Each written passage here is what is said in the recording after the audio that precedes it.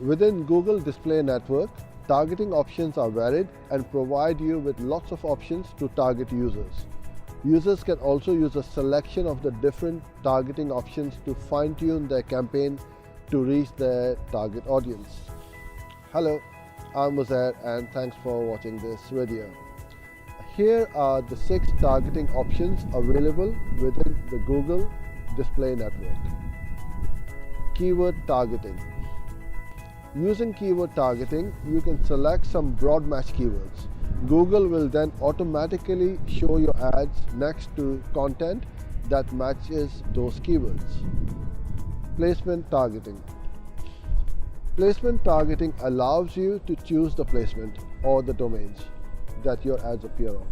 If you know that, for example, you want your ad to show when your audience is reading content about the stock market, you can choose specific investment websites or the financial section of online newspapers. It doesn't mean that it will necessarily show up, as this will depend on your bids and your budget. Interest targeting.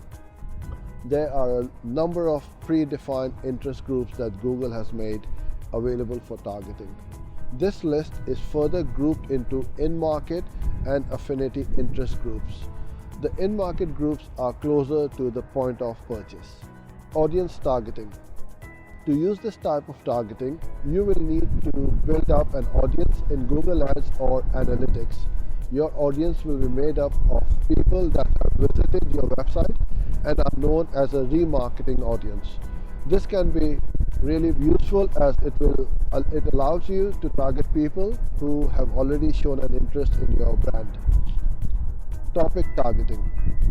Targeting by topic allows you to reach a selection of websites that fall into a certain category. This differs slightly from interest targeting, as it is based on the theme of the website rather than the interest of the audience. Demographic targeting. Finally, using demographic targeting, you can target age, gender, and/or parental status.